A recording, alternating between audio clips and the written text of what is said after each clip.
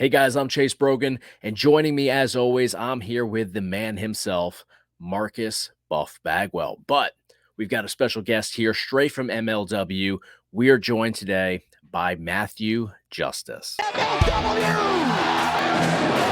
against Cougar, and true in most cases, but if you want one guy to go to war for Major League there, it's Cougar.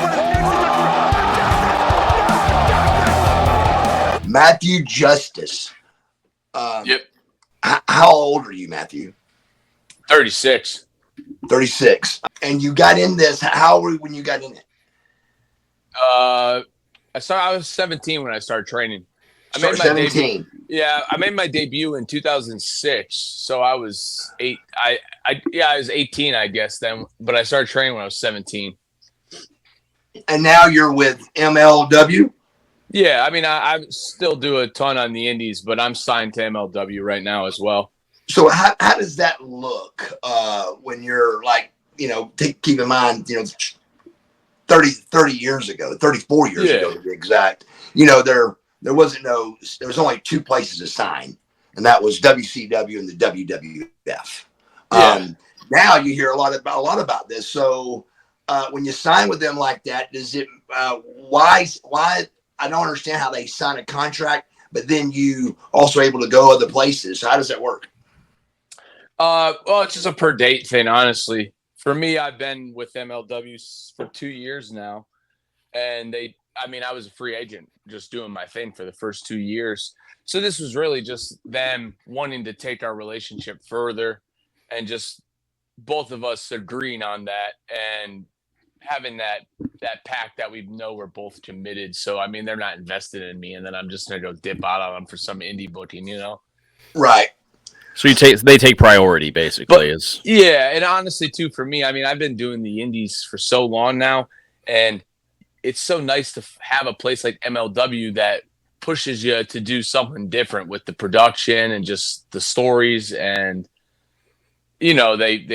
they have us do the pre-tapes and everything else, and you're not getting those reps on the indies. And if you really want to go to AEW or WWE or anywhere else that's going to pay you and put you on TV, I think you got to do your time at a place like an MLW to get there, There's no doubt.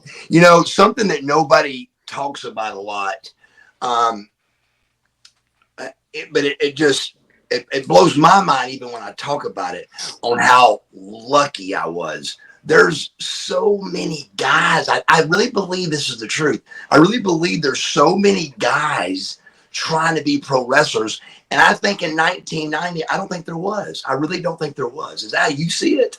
There is so many people trying to be wrestlers now, and I definitely think there was a lot of people being wrestlers back in the 80s and 90s, just not as much. But also without the internet, you weren't like force fed every single person, like they're not all in your face. Like even back in 2006, like you wrestle, someone might post about you on a message board, but like you actually had to show up and perform at a show for that to happen. Now you're like a trainee fresh out of school. You've taken one bump on a live show, and people they're tweeting about you, and people know about you, I mean, brother, if they had one of these cell phones, they would have been. I'd have had 14 on my body walking around.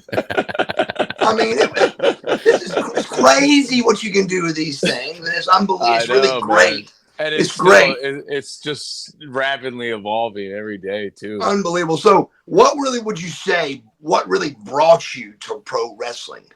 It's the mix. It's like heavy metal music and sports meshed into one. To me, man, it's just the perfect mix of everything that I like. Like I wanted to be in a band when I was a kid. I wanted to be an athlete, and this is the perfect mesh of that. It's a culture. It's a culture, and it all goes together. The community of it, man. The community of it is very the same. That's what I like about heavy metal. The community, the fandom. You're a big Metallica fan. Is that correct? I heard that about you. Can you see right there's a Metallica poster? So I see that. I saw the tail end of it. I see the Slayer. I see the Pantera. And Justice for All is my favorite Metallica album. It came out the year I was born, dude. And my name's Matthew, so it's easy enough. There you go. And now you used to go by Mac Hetfield. Is that correct too? That was my developmental name. So that was for FCW. I mean, But there's, James Hetfield. Hetfield's my choice. The Mac part, that was just like they had so many different rules on names you could choose. I was just kind of forced to take that name. Sure, but sure, absolutely, yeah, that was my developmental name. Absolutely, but you got the Metallica going in there. I just met Robert Trujillo from Metallica on Saturday. That was my next question. I saw that on your Instagram. How did you meet Rob? One of the wrestling companies. I'm the Circle 6 World Champion. We do a lot. Yeah, it's heavy metal and follow him on YouTube. Basically. Yep. Yeah, it's awesome. And they took me to see Suicidal in Orange County on Saturday. Awesome. And I met Mike Muir, who's the singer of Suicidal Tendencies. He's a long time. He's one of my he's one of my heroes as a kid. Just their music. And Robert was in Suicidal before he was in Metallica. Yep. And his son's like 20, and he's the bassist of Suicidal Tendencies now. So he was just there being incredible. Dad. He was just there being dad. Basically, I mean, he came out and sang backup vocals on one of the songs, but it was cool, man. Just getting to chop it up with those guys and being backstage and getting to meet them. I was very cool. It was very jealous of you for that. In September too, I went to New Mexico to see Down, and I met Phil Anselmo, he's like Pantera.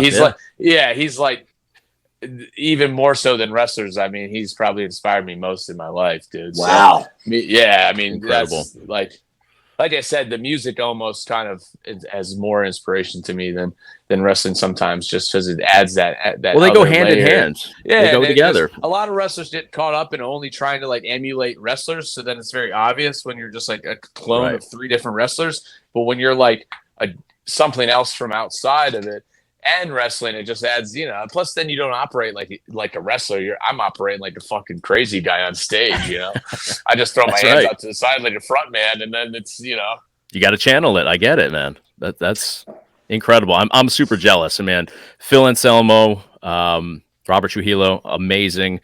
What my absolute favorite bass player, Ozzy Osbourne, big fan there as well. Man. So Infectious Grooves is awesome too. Their side project might be and Trujillo, absolutely. Dude. It's got a lot more funk influence to it, dude.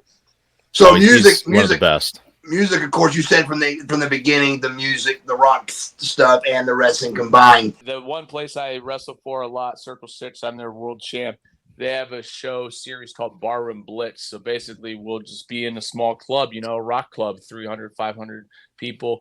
And the pit is the ring, So there'll be a band and then a fight, a band and a fight, a band and a fight. It's a total different flow than a live wrestling show with the ring. Sometimes we'll do shows where there's a ring out back and there's a band and a no ring fight inside. There's burlesque dancers or some other type of entertainment inside the club, and then out back there's a ring for a full fight. So it's pretty cool. You get, instead of it being a show with 8 to 10 wrestling matches in the ring, it's all the same. You get something over here, something inside. You get a chick dancing, then you get some extreme violence in the ring. It's a good mix, man. Wow, it's the whole culture. That's incredible. Yes, and especially when you see like a Circle 6 show in LA, man, it's like it's got its own vibe to it. It's so good. Right.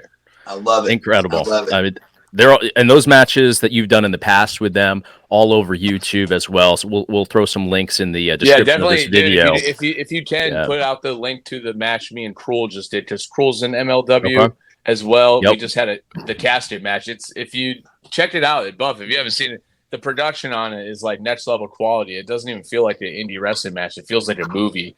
It's like Snake Plissken fighting Jason Voorhees. It's so cool, man. I love that. If you can share that match, I'd really appreciate it. Dude. Will do. I'll absolutely do that. Are you familiar with which one I'm talking about? Yes, I know which one you're talking about. Also, I watched a bunch of your stuff recently as well. The match that Buff talked about with Fatu's from Circle 6 too. I love that match. So definitely those two. Great. What was it like working with Jacob? I love working with Fatu. He's one of my favorite opponents. I've worked with him a few times and obviously he was most recently in MLW. When his contract expired, he went straight to where he's at now. Right. And I mean, Oos is the man. I mean, just as a dude, but also, I mean, he's one of my favorite opponents, one of my favorite guys to share the ring with and the road just in general, man. He's the definition of a good brother for sure. Yes, he is. I've heard great things about their whole family. Those like that. Yeah, I was with Ming and Barb, and just those guys they're all killers, but they're all teddy bears, man. I know, dude. It's insane. Obviously, there's some bad seeds, but for the most part, it's beautiful, dude. And all avenues, there's always some bad seeds. Yeah. So right. So what's somehow the bad seeds get watered more than the good seeds in the business sometimes too, man. So please hear it from a 34-year-old veteran. The squeaky wheel gets oiled. Yeah, that's okay. Okay, that's for sure. I mean, especially in wrestling, dude, with a lot of divas and everyone else. Bro, dude. I mean, I'm telling you, I'll be backstage and guys are like, "You guys make that kind of money and you're worrying about who's winning and losing?" And I go, "Well, you come in thinking you're not going to, and then everybody else is bickering and battering for their position, and you start complaining about losing because it's everybody else." Yeah. It becomes a game. I can't imagine in the NWO days how much of that you got, man, and how much you were blasted with, dude.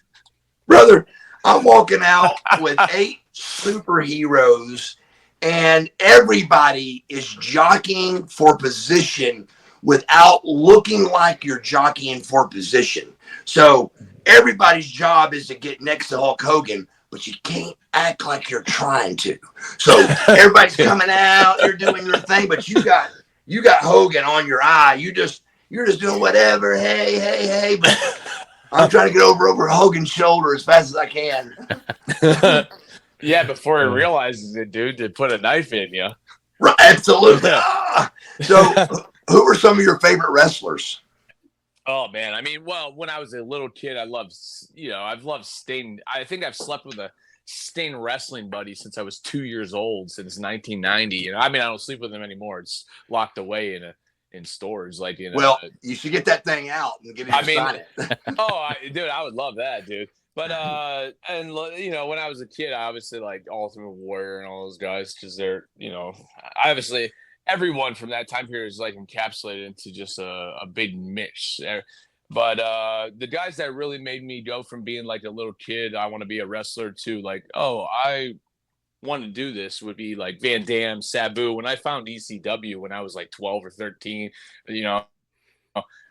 like, okay, I want to do this, and then I started jumping off sheds and being crazy and stuff like that. Right.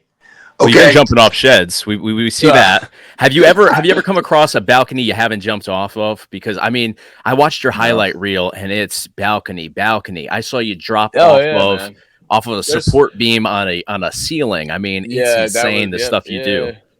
Incredible. Okay, so that's what I want to ask. I want to ask about that at a professional level. So at WCW, nobody would ever even been asked to do something that crazy. It's really unbelievable. What I saw was really, the words are, they were unbelievable. It was unbelievable.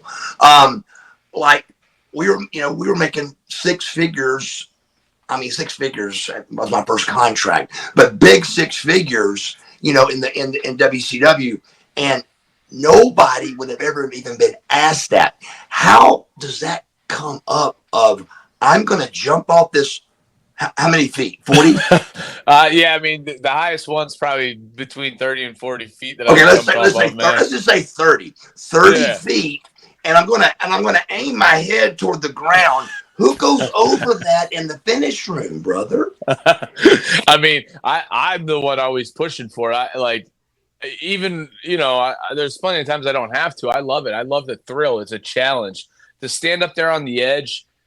You really have to force yourself to jump. I love jumping off stuff, but still, every time you're fighting against a natural urge. It's not a natural urge to jump. Right. And I love that. But it's not natural to go head first. Head first, I go against the grain. Head first, I go against the odds, man. So my question is, are you now? Let's back up to 34 years, and I see a guy jump off a balcony, and I see that's what it takes to make the WCW WWF.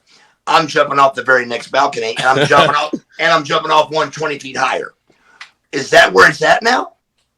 No, I don't think that a lot of guys emulate. I never seen anything like that. I just like to push the limit. I should probably specify, I'm really influenced by the movie Point Break. I pretty much live to get radical as well. So there you go. But no, I don't, obviously anything that gets over in wrestling, you start seeing the copies of it. But I don't think that me jumping off balconies, it's not like it's the one thing that I do, because I also, know how to work the hard cam and all the other little nuances of pro wrestling, man. You're well-rounded. I'm coming to that next. I love it. So, so you're saying really money is not involved? No. I mean, I could get my 6-figure contract, and I'd be in WWE every day. Like, hey, Paul, can I jump off the second level, man, of the arena, dude? Like, he'd probably get tired of it. Wow, that's great. I love that because I remember my very first indie thing. I gig myself for $25. Yeah, and I got to the back and think I did the right thing. And this older wrestler, his name was Nick Busick, Big Bully Busick or something. He had a WWF gimmick, but he was just in the Indies with me in Brazelton, Georgia. And he goes, brother, you ain't got but a few chances to make it at all in this thing. He goes, and one of them is the way you look. He goes, you are so stupid to cut your forehead. I never did it again. And thank God Turner wasn't a bleeding company and all that. Yeah. But still, we're talking about a razor blade that I nicked my forehead on, and you head first diving off a balcony. But you bring a good point up. But most guys that do that can't work, and you can. Did JT Lightning actually train you? You said, yeah, yep. He's one of the best. JT was always one of the best. God rest his soul. Now you mentioned big influence on you, RVD, Sabu. You're now working with Fonzie, right? What's that? Yeah, like? me and Fonzie have been since 2019. So I mean, on and off. Yeah, it's been a while. Randomly did, but like it's pretty cool to think that like in my childhood, it was his shirt always had embroidered. It's Taz, Sabu, RVD. Now all of his shirts officially and recognized have Taz, Sabu, RVD, and Justice. Like, that's really fucking cool, man. And that's big. If 10-year-old Matt could see that, I think he would be really happy and really proud, and he would be like in awe because it's Absolutely. That's a huge goal, bro. I mean, seeing that with your stars on there, with your names you grew up watching, and that's a big deal. And it's not just like one. I mean, like I see him at other events that he does, photos he just tagged it, and there's my name. Like it's really right. Cool. It's really cool, man. I mean, that's the beauty of not quitting in wrestling. I mean, like I said, I saw you wrestle the first indie shows I've went to, and then here I am talking to you on an interview as a respected peer. I like it's absolutely you never know where the business is going to take you, but if you stick to it, it takes you to a lot of great places. Yes, you have definitely what I call rolled your sleeves up, brother, and it shows. I am in the muck, man, like Mike Rowe, dirty jobs, dude. So, Fatu, I saw the match with Fatu. Oh, fantastic match. Thank you. It's obvious you know how to work. Good timing, good chemistry. Ric Flair told me something 34 years ago that still makes sense, and it is you're only as good as your last match. Well, not that too, but you're only as good as who you wrestle. You're only as good as who you're wrestling. If you're wrestling somebody that's horrible in the ring, it ain't like it's going to be a barn burner. It's not. It's a dance that both guys have got to come on. The better both two of you are, the better the match is. And a lot of time chemistry plays a part, as we know, but it's very obvious you know how to work the timing, the chair, the willingness to do business too, because some guys come in and then they're mad or whatever because they're not winning or that. Like you gotta have it all has to be there. Everything has to be aligned to I mean, there was even a rule to the top guys, and I was taught the rule by top guys to tell me, look, man, you don't say anything about losing until it's your third time in a row. And that was a little way you can say, hey, guys, And then Eric Bischoff met with us and said, look, sometimes we forget. So you guys got to let us know what's going on, So 2010 comes around and you end up working several matches in the WWE. How did that come about? I went to a tryout at OVW in February of 2010, and I got scouted by Johnny Ace, so he started getting me extra work all that year from February, May of 2010 on. I think I did every extra gig that came within, driving distance of me. Really? Yep. And then I ended up doing another OVW tryout later that year. So I did 2 OVW tryouts in 2010. And then in 2011, I did a FCW tryout in 2010 too. So I did 3 tryouts for WWE in 2010, and then 1 more in 2011 early on, and I got signed after that. So who signed you? John Laurinaitis. It was like right around the time Triple H was starting to take over developmental, but Johnny Ace was still the talent guy. Johnny Ace was my guy too. I went. The company, he was in charge when the company switched to the WWF. So Johnny was there for my very last match and was part of the destruction of that last match. Yeah. All the stories and blah, blah, blah. But what is FCW? Florida Championship Wrestling. That was the developmental territory at the time. They had just closed down OVW and Deep South, and FCW was the only developmental territory left. And this is right around when NXT is really kicking. I think they started NXT 2010.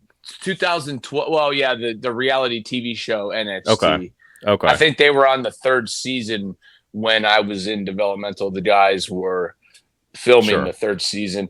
But then in 2012, they shut down FCW and they moved it to the Performance Center in Orlando. So I was like at the end of FCW. I gotcha. So who were you training with at FCW? Oh, dude, at that time? Dr. Tom was in charge of developmental, but my favorite part is that Ricky Steamboat was an everyday trainer still because his son was in developmental at the time. So, I used to get in the ring with Steamboat all the time, which is awesome. Dusty was obviously there, promo day every day. And Norman Smiley, and it's mainly Norman, Doc, Ricky, and Dusty there every day. Joey Mercury was training as well then too. What city was this in during this time? Tampa. I'm sure you've had some times in Tampa, right? Wow. A bunch of times. The independents nowadays, it seems like they're much bigger. Like my very first indie match was on television. Like we talked about the social media and all that. But my first match was on TV because of the indie group in Atlanta was called North Georgia Wrestling, and they had their own channel, 69. And I'm talking about like the worst indie matches you've ever saw in your life. What years was this for you? This would have been 1991. Okay, yeah. Late 90, 91. And I'm talking about, it was called the auction barn. It was an auction building, and you pulled a black curtain around, and you put 30 chairs out, and we did TV tapings there. And I remember not really knowing, how we'd lock up and try to call a match with 12 people. They're hearing us. Yeah. Oh yeah. It was the worst matches you've ever seen. And did the auction barn have a real floor? That's my first thought when you said that. Was there a dirt floor, concrete floor? Okay. It did have a concrete floor. All right. Because the auction barn sounds like a place that could potentially have a dirt floor. It really does. But there was no balcony, so you wouldn't have liked it. I love buildings without balconies too. I like the challenge of finding the craziest thing you can do with the least craziest objects too. And you also got to find a player that wants to catch you and stuff like that, right? Yeah. I only do it again, when I know it's going to be worth it. Sure. Wow. So, what's next for Matthew? This Saturday in Chicago, MLW Lucha Apocalypto, I'm facing Bad Dude Tito for the MLW National Openweight Championship. So that's my first shot at a singles championship in MLW. Fantastic. Nice. That's great. That's this Saturday. You've worked with him before too, several times in the past, right? Singles, never. We fought one time at a thing I do. It's called Barroom Blitz. It's like rock and roll wrestling with no ring. So we fought in a bar one time. Okay. And at MLW, he attacked me for the last 2 months, and he's been dodging me ever since. But I finally get my revenge on Saturday. All right. We're looking forward to it. That's gonna be a good one. It's a Falls Count Anywhere match, so that plays right into my favorite strong suits. Oh, that's is there a balcony? Yeah. Well, last time we were at this venue in Chicago, Cicero Stadium, I was fighting the Contra unit, and Cruel, he threw me off the balcony, but I'm still standing. So there you go. Well, you've survived a lot of balconies. I don't doubt that you will survive another one for sure. So. No doubt in my mind, brother. Good luck this Saturday. And Thank I hope you, come man. out with hope you come out with the title. You know. Thank you. And that's going to be on YouTube, right? YouTube. Yep, yeah, live and free on YouTube. The MLW's YouTube channel. You can't beat it, dude. It's a hell of a fucking card. So. Absolutely. No, it's absolutely stacked, and I mean, there's so many stacked cards coming as well. The CMLL co-promote shows they do are always like but every other show is such a great hybrid mix. I mean, like Minoru Suzuki's on the show, Mystico's on the show. Like, there's a crazy dude like me on the show. Like, that's a hell of a hybrid mix of wrestling. Yes, absolutely. That's one of the things I love about MLW, though. There's so much on there, and it's different styles, different walks of life, people from all over the world coming together for MLW. It's incredible. The best from CMLL, New Japan, obviously a ton of up and coming guys on the indies. So, sure. Absolutely. I mean, yeah, it's just amazing, and you're right. Social media plays a part, but it really to me is a lot more, especially younger guys. I remember when I signed with WCW, the next youngest guy was like 8 years older than me, and that was the next guy. You know, so it really is a younger base crowd now. I mean, 36. The locker room for sure. Most locker rooms I'm in, man, maybe not at the MLWs and stuff, but most locker rooms I'm in, I'm definitely like, there's a gap, you know, it's me, and then there's a couple of years before the next, you know. Absolutely. It's a gap, you know, so, but man, you're doing great, brother. I love. Thank you. Thank you, Buff. Your body looks great. How tall are you? You got some height on you. Yeah, I'm like 6'1" naturally, dude, before my body started being broken down. So, I think my official listed height is 6'3". So yeah, you look tall for sure. I'm fighting gravity. I'm doing my best, man. Every day, brother. Every day. I try to do my, you know, I try to lay in the what's it called, the chair hyperbaric chamber. Yeah, or the vertical thing. I forget what. It makes a lot of sense to me. We stand up all these years. It makes sense to me to go the other way. Now I know why bats hang upside down when they sleep, you know? Yes, absolutely. No joke. What was your worst injury ever? That's what I want to know. I tore my ACL and meniscus in my left knee in 2015. So that's the most major surgery I've had. Well, and what were you doing when you tore that? I was in a ladder match, and I was getting tipped off the ladder, and I tried to do the sweet Shawn Michaels crotch yourself on the ropes, you know? But the ladder is, you know, is the indie, so it wasn't like a sick WWE double-sided heavy-duty ladder. Right. So when they pushed me, the side without the stairs twisted, so I came up a little short, and my hamstring hit the top of the rope, and all my weight landed on the other leg in the ring. It was terrible, man. But luckily, it was the end of the match, and I was out for like 8 months. But that's, really? Yeah. Isn't that horrible? Yeah, well, I mean, you know what the best part about that is, though? If I wouldn't have loved wrestling as much as I do, I think I would have moved on from it. You know what I mean? But something brought me back. Even when I was hurt, I owned a gym at the time in my hometown, a 24-hour gym. I had a ring, and I trained people, and I still like wanted the business. I still seeked it out. I was still like around it, obviously. So that just shows you how much I love it and why I'm still here after all these years. And you're blessed to only have that injury. That's so impressive. That's really great. The only other time I've been hurt my whole career, aside from that, I broke my hand last year at MLW War Chamber. That's like their war games. I broke my right hand in war games, and I was in a hospital for like 8 days because of complications from that. And that's only obviously I've had plenty of injuries, right? You know, like, sure. The emotional trauma that trying to make it in the business brings to you as well, God. Man. Don't even get me started on that. But no. I mean, I'm sure you know. But yeah, thankfully only those 2 major injuries. I mean, I'm indestructible. I've calloused myself, and I'm trying to keep it that way.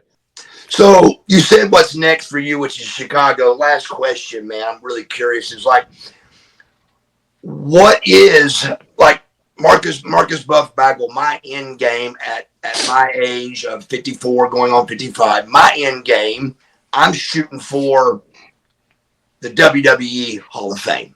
Yeah. What is Matthew Justice? What is his goal? What are you shooting for? I want to leave behind a legacy, man. My resume, what I've done. I mean, I'm a journeyman. I've been everywhere, and I'd like to continue adding things to that to just make it unquestionable, undeniable. Wherever I go, wherever I end up. I mean, I know I'm not going to quit unless I'm forced to, or so I just want to have a career. I mean, number one, most importantly for me, I look back even where I'm at now and what I've done. If like this was the end, I'd be happy because there's been so many things I've done. But I just want like a Hall of Fame career. I want to have that recognition. That's what I want for sure. I love it. I love this business. This is my life's work. Exactly. I mean, my entire adult life I've spent in this business. It's the only thing I've wanted to do. I've quit every random job that could have been a decent job for most normal people because I wanted to be great at professional wrestling. And that's what I'm going to do. Well, brother, you are great at it. And it's something that it's something that really it's, I've always said I could never be a trainer. I wouldn't be a good trainer because I would be honest with the guys. And the first thing I would do is I tell the guy, go, look, man, get in the ring and run the ropes for me. And then, what do you mean? I said, just get in the ring. Well, how do you mean to run? Yeah. You just get in the ring and you run the ropes any way you want. Let me see a move, please. Just let me see how you move and how you function, man. And after that one thing, I could honestly say, get in your car, it's nice to meet you, or this guy may be able to do this. It's a really different business, man. You either got it or you don't. Yep. There's only one person in my 34 years, there was only one person that was horrible and got to be really good, and it was David Flair. David Flair was the absolute worst pro wrestler I've ever seen in my life. And then I saw him on an indie show after WCW, and he was better than Rick. I was like, what happened, bro? So the apple doesn't fall too far from the tree, huh? It don't, brother. It really don't. But it was a distance away at WCW, bro. He just couldn't figure it out, man. But he did. That's rare.